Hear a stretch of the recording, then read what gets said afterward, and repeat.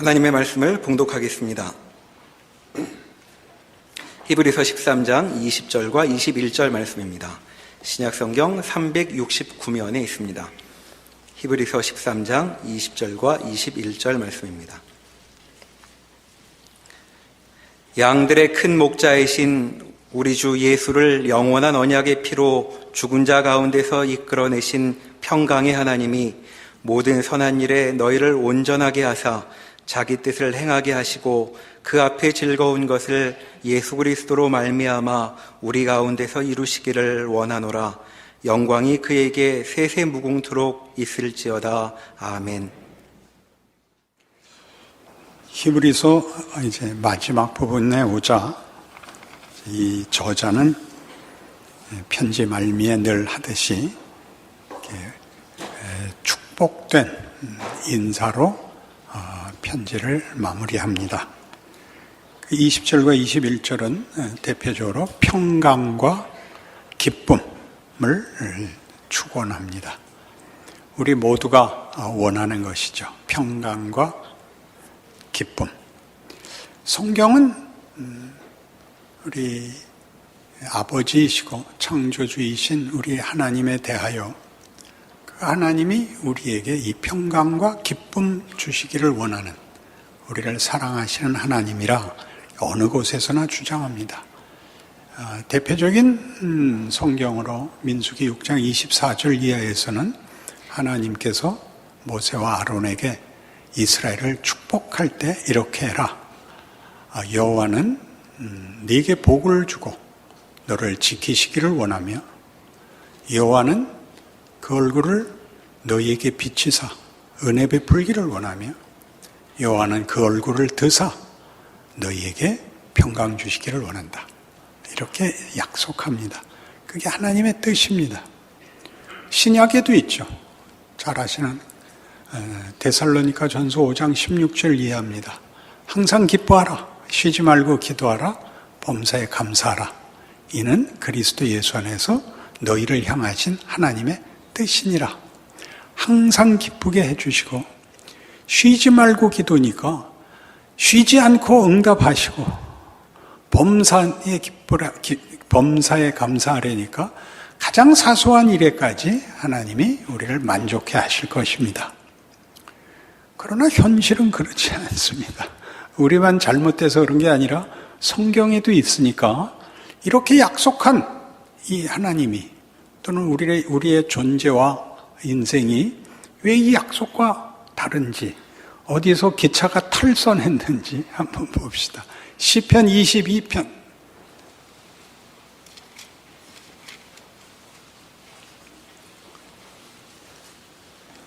1절에서 20절까지 좀 길지만 우리 교독합시다. 시편 22편 817페이지 구약입니다. 내 하나님이여, 내 하나님이여, 어찌 나를 버리셨나이까? 어찌 나를 멀리하여 돕지 아니하시오며 내 신음소리를 듣지 아니하시나이까?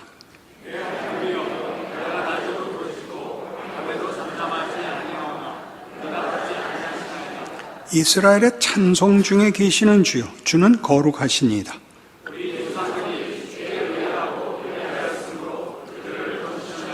그들이 주께 부르짖어 구원을 얻고 주께 의뢰하여 수치를 당하지 아니하였나이다.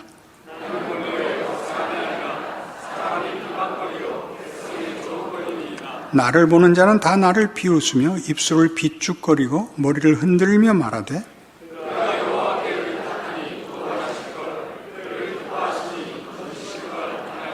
오직 주께서 나를 모태에서 나오게 하시고 내 어머니의 젖을 먹을 때 의지하게 하셨나이다.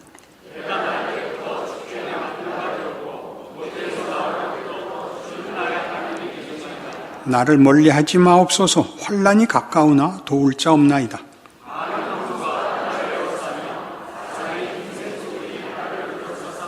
내게 그 입을 벌림이 찢으며 부르짖는 사자 같으니이다.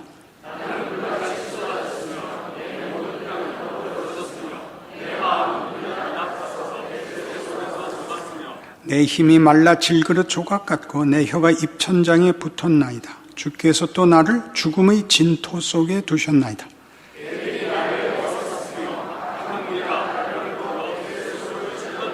내가 내 모든 뼈를 셀 수 있나이다. 그들이 나를 주목하여 보고 여호와여 멀리하지 마옵소서. 나의 힘이시오 속히 나를 도우소서.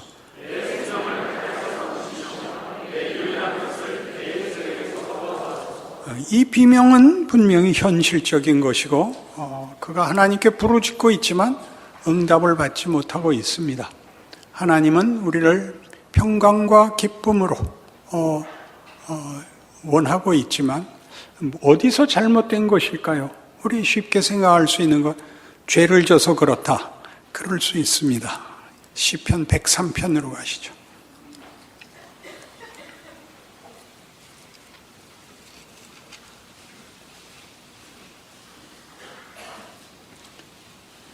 시편 103편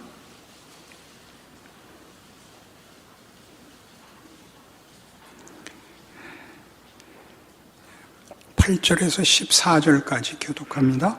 여호와는 긍휼이 많으시고 은혜로우시며 노하기를 더디하시고 인자하심이 풍부하시도다.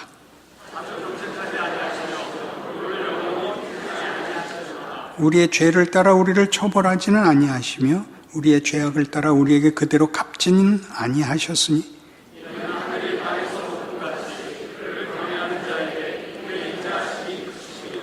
동이 서에서 먼 것 같이 우리의 죄과를 우리에게서 멀리 옮기셨으며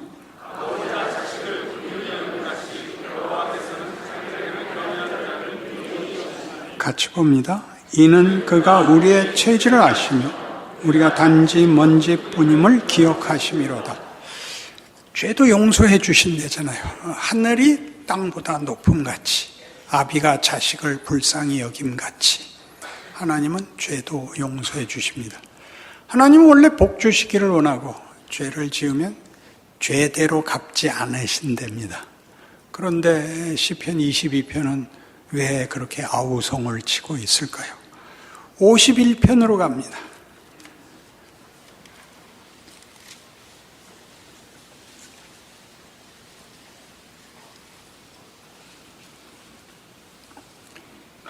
시편 51편 15, 16, 17 세 절을 같이 읽습니다.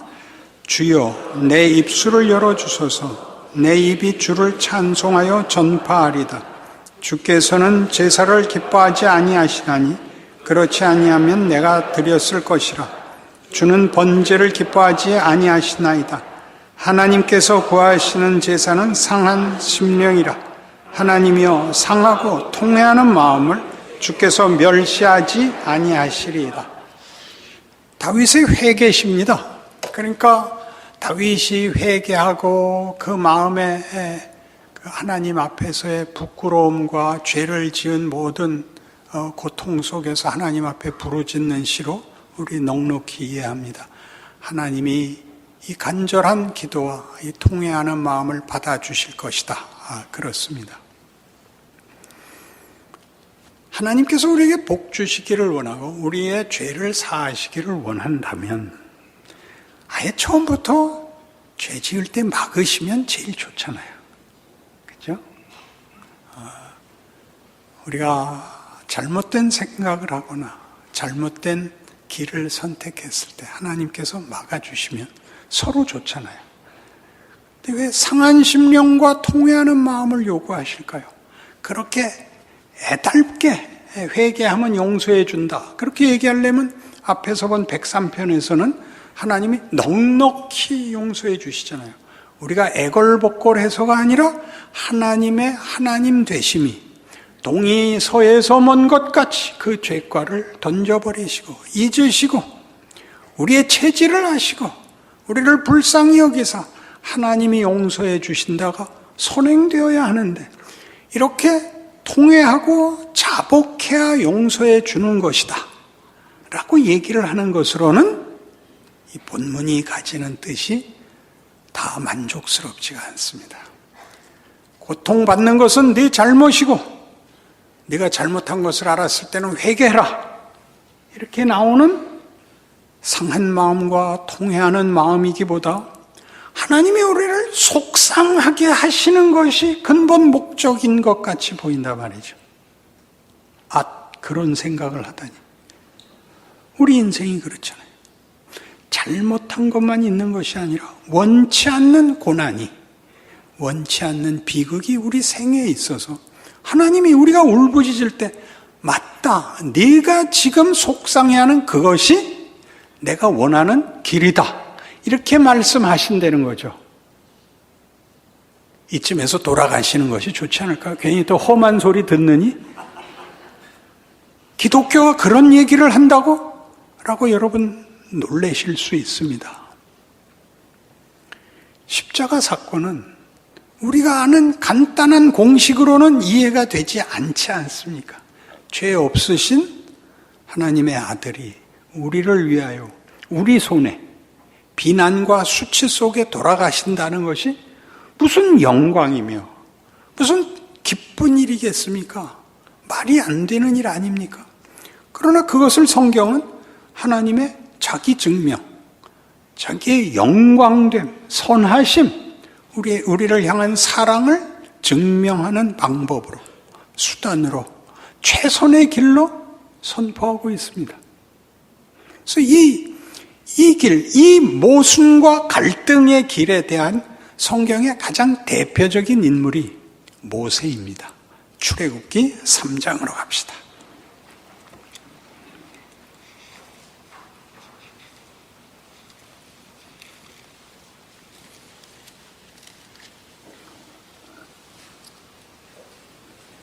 구약성경 85페이지 출애굽기 3장 1절에서 15절까지 교독합니다. 모세가 그의 장인 미디안 제사장 이드로의 양떼를 치더니 그 떼를 광야 서쪽으로 인도하여 하나님의 산 호렙에 이르매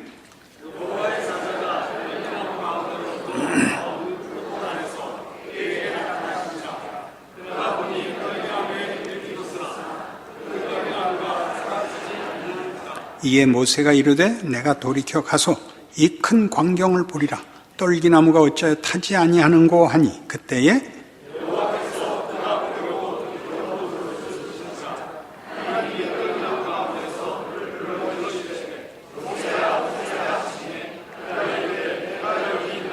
하나님이 이르시되 이리로 가까이 오지 말라. 네가 선 것은 거룩한 땅이니 네 발에서 신을 벗으라.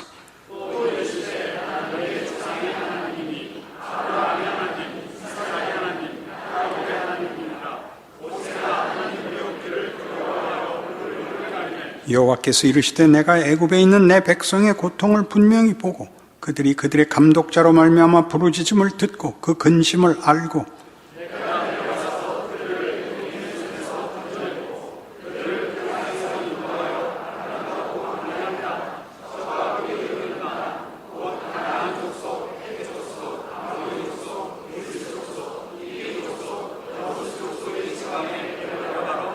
이제 가라. 이스라엘 자손의 부르짖음이 내게 달하고 애굽 사람이 그들을 괴롭히는 학대도 내가 보았으니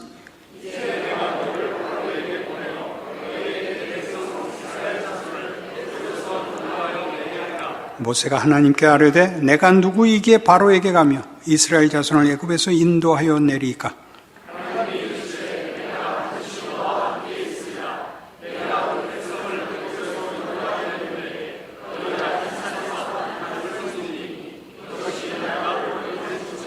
모세가 하나님께 아뢰되 내가 이스라엘 자손에게 가서 이르기를 너희의 조상의 하나님이 나를 너희에게 보내셨다 하면 그들이 내게 묻기를 그의 이름이 무엇이냐 하리니 내가 무엇이라고 그들에게 말하리이까?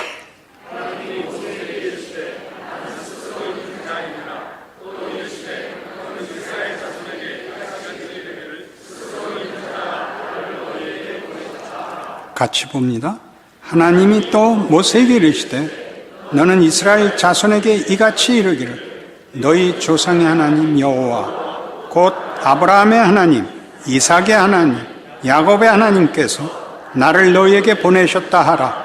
이는 나의 영원한 이름이요 대대로 기억할 나의 칭언이라. 아멘. 하나님이 모세에게 나타나셨습니다. 그 나이 80세입니다. 40년을 바로의 왕자로 컸고 자기가 누구인지를 깨닫게 되어 자기 백성을 구하고 하나님을 제대로 섬기는 자가 되려고 주먹을 불끈 쥐고 일어났으나 실패합니다. 하나님이 응답하지 않으십니다. 그는 미디안으로 도망갈 수밖에 없었습니다. 애굽의 통치 영역 안에 있을 수 없었죠. 그가 미디안 광야에서 40년을 사는 동안 무슨 일이 일어났을 것 같습니까? 아무 일도 일어나지 않았습니다. 아무 일도 안 일어나면 평안한 게 아니라 죽어났죠. 왜요? 자기 인생, 자기가 이해하고 자기가 책임으로 느꼈던 일에 대하여 하나님이 아무 반응을 하지 않으시는 겁니다. 아브라함의 하나님, 이삭의 하나님, 야곱의 하나님이 모세의 하나님 되기를 거절하신 듯이 보입니다. 그는 죽어나고 있죠. 바로의 왕자로 큰 사람입니다. 어찌 평범한 인생을 살 수 있겠습니까? 그는 별의별 생각을 다 했을 것입니다. 내가 너무 일렀나? 기도를 더 준비했어야 되지 않나?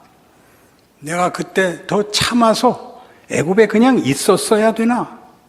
별의별 생각을 다 했을 것입니다. 그렇지 않습니까? 그는 자책을 했다가 원망을 했다가 자기라는 존재를 저주했다가 별의별 꼴을 다 겪으면서 40년 동안 어떻게 되나요? 숙성이 되죠. 세상 말로 썩지요. 썩어서 형체도 없어집니다. 그때 하나님이 나타납니다. 내 백성이 애굽에서 고생하고 있다. 내가 너를 보내니 너 가서 데리고 나와라. 답을 보십시오. 40년의 원망이 뭐라고 나오는가? 내가 누구길래 갑니까? 이게 무슨 뜻이에요? 그땐 사람 취급도 안 하시더니 이제 와서요? 그때 싱싱하고 새파랄 땐 왜 안 보시다가 이제 늑다리한테 와서 그러세요? 그런 거죠. 그러니까 답이 거기 나오잖아요. 가라, 내가 너와 함께 하겠다. 그러니까 지난 40년은 모세가 뭐라고 느꼈죠? 하나님이 날 외면하고 날 잊었다라고 생각했다는 거죠. 내가 너와 함께 할 것이다. 하나님, 당신은 도대체 어떤 분입니까? 그땐 그럼 왜 그러셨습니까? 지금은 또 뭡니까? 나는 스스로 있는 자니라죠. 나는 하나님의 길을 중단하지 않는 하나님이다. 지난 40년 내가 너한테 일하고 있었다. 그겁니다. 여기가 상하고 통회하는 마음입니다. 죄를 회개하는 정도가 아니라 더 깊이 들어가서 인생이 이게 뭡니까? 존재와 정체성과 가치와 의미와 현실에 대하여 답이 나오질 않아서 모순과 갈등과 원망 속에 죽어나는 시간을 모세는 몇 년? 40년을 가지죠. 여러분은 몇 년 가지셨습니까? 편안함은 잊어먹고 괴로우면 하나님 원망하고 그저 그렇게 적당히 살다가 제대로 저한테 걸렸죠. 적당히 타협하고 넘어갈 수 없게 됐습니다. 저도 그렇고 여러분도 그렇게 됐습니다. 서로 간에 복이라고 이해하셔야 됩니다. 3명으로 늘었습니다.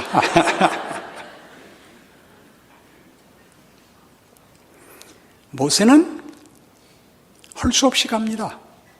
끝까지 안 가겠다고 우기니까 하나님이 화를 내셔서 할 수 없이 갑니다. 그 할 수 없이 항복하지 않고 갔다는 게 어떻게 증명이 되냐면 첫 번째 기적을 일으켰을 때 그 바로가 화를 냅니다. 짚을 주지 않고 벽돌을 구우라고 합니다. 백성들이 당장 원망을 하죠. 이게 뭐냐? 너 우리를 구한다고 와갖고 네가 괜히 가서 쓸데없는 소리 하고 우리만 고난을 당하게 됐다. 그러자 모세가 당장 하나님 앞에 뭐라 그럽니까? 거 보세요. 내가 안 온다 그랬잖아요. 하나님은 약속을 안 지키시잖아요. 다시 가라. 그렇게 10번을 갑니다. 그렇죠? 바로는 계속 완강해지죠. 바로는 회개하지 못하게 붙잡죠, 하나님이. 누가 회개를 해요? 모세가 회개를 하죠. 어디 나오죠? 홍해 앞에 섰을 때. 애국 군대는 쫓아오고 앞은 바다입니다. 갈 데가 없습니다. 백성들이 아우성을 치죠. 매장지가 없어서 여기까지 끌고 나왔느냐. 그때 모세가 우리가 처음 보는 모세가 나타납니다. 너희는 가만히 서서 여호와께서 오늘 우리를 구원하시는 그 구원을 보라. 이런 멋진 말을 합니다. 10가지 재앙이 애굽을 치고 바로를 죽이기 위해서 쓰이지 않고 하나님의 사람을 항복시키기 위해 쓰입니다. 우리가 사는 세상에 불의가 있고 폭력이 있고 말이 안 되는 게 있습니다. 그 세상을 정의롭게 하기 위해서 우리가 뭘 해야 된다. 그딴 말 하지 마시고 세상이 자기 일을 하는 동안 하나님은 하나님 일을 하십니다. 우리를 만드십니다. 보고 하나님의 은혜를 여러분의 살과 피에 채우셔야 됩니다. 그러고 애굽을 건너 나와 홍해를 건너 가나안에 가는 길, 광야길을 가게 되죠. 거기서 이스라엘 백성 실패합니다. 그래서 다 어떻게 되나요?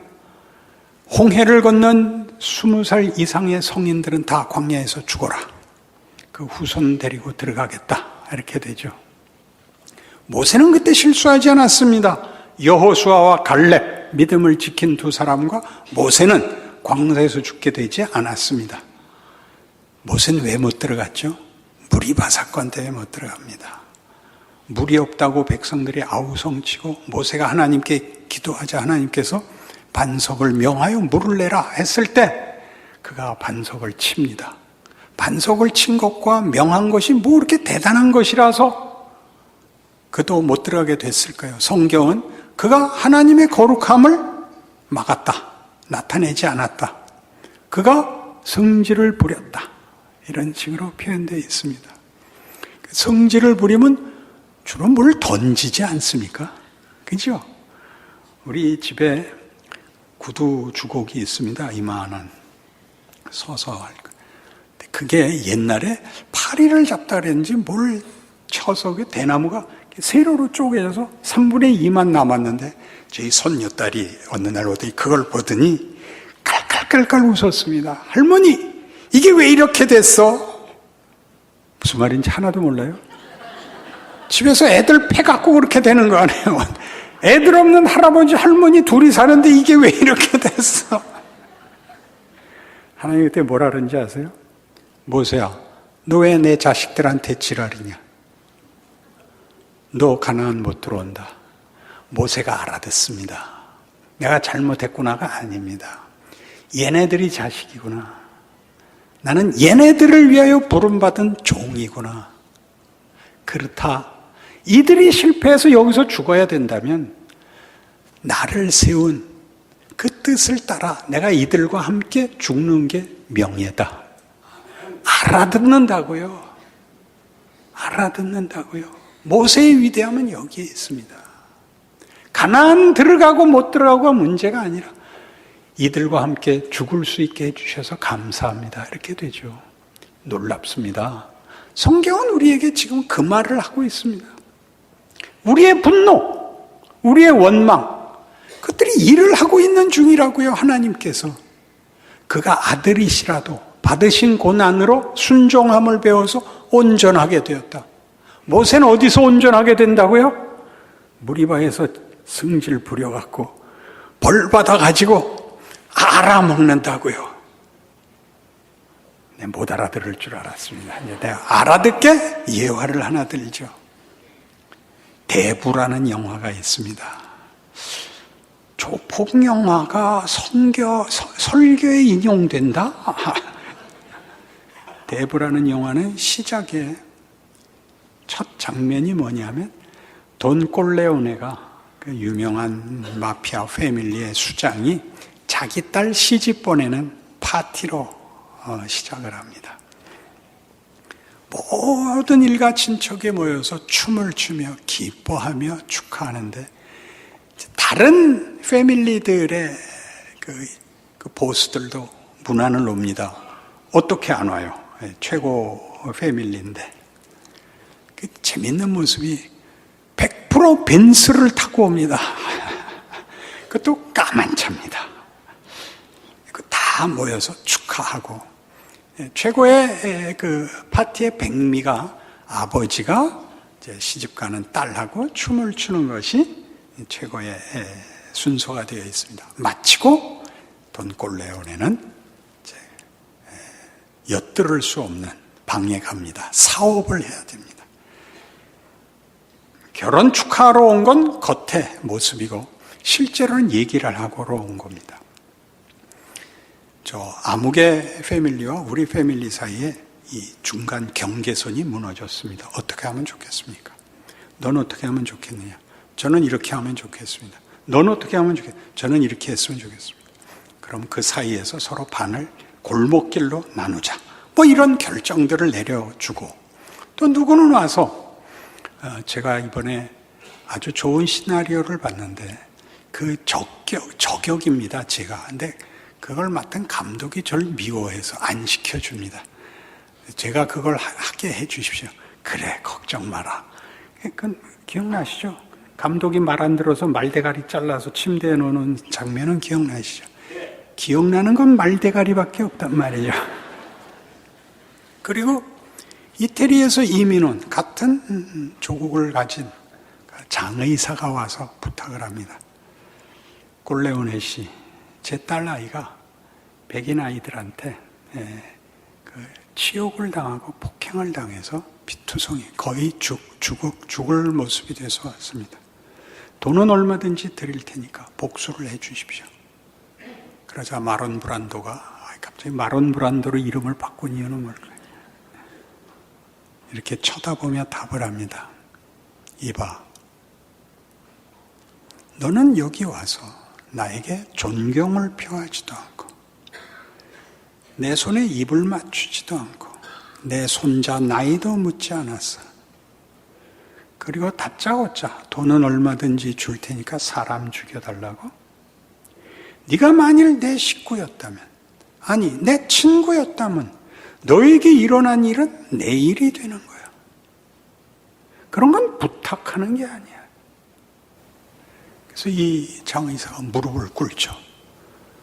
돈이라는 거는 존칭입니다. 돈 꼴레오네, 저는 기꺼이 당신의 가족이 되겠습니다. 그래, 내게 일어난 일은 내게 일어난 거야. 걱정하지 마. 그러니 하나님이 우리에게 묻습니다. 우리가 매번 하나님께 묻죠. 하나님 왜 이러세요? 아까 시편 22편에서 본 거죠.